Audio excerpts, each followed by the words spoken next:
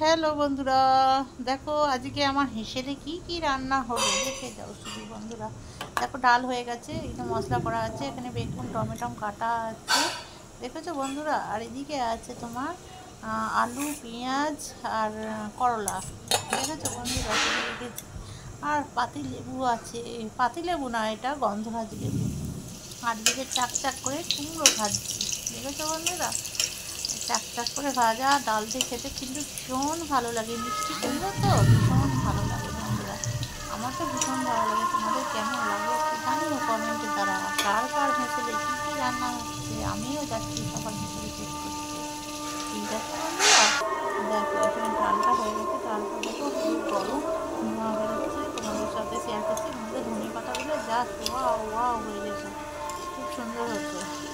আর কুমড়োটাও উল্টে পাল্টে দিয়েছি, কুমড়োটাও হয়ে এসছে ভাজাটা, এবার তুলে নেবো। দেখো বন্ধুরা, কুমড়োটা তুলে নিচ্ছি। কুমড়ো ভাজাটা আমার হাজবেন্ড খায় না, আমি একাই খাবো।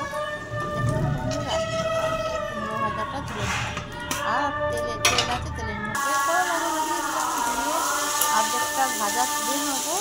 আর অর্ধেকটা আমার হাজবেন্ডের জন্য ভেজে রাখবো, ও যেহেতু চচ্চড়ি খাবে না, এটা আমি স্কিপ করে গেলাম ভাজাটা। ঠিক আছে বন্ধুরা, দেখো এখানে দেখো বন্ধুরা, চচ্চড়িটা আমি বসিয়ে দিয়েছি। ওটা দেখাতে গেলে অনেকটা ভিডিওটা লং হয়ে যেত, বেগুন আলু পারলাম না।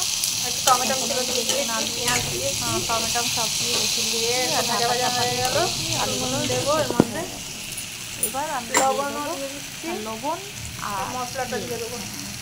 লবণ দিয়ে দেবো, দিয়ে মশলাটা অ্যাড করে দেবো। দেখছো বন্ধুরা, আমি খুবই টেস্টি হয় খেতে, আমার তো ভীষণই ভালো লাগে গরম গরম ভাত দিয়ে শুকনো সময় খেতে, সত্যি প্রচণ্ড ভালো লাগে। আর দেখো তার সাথে মশলাটাও অ্যাড করবো।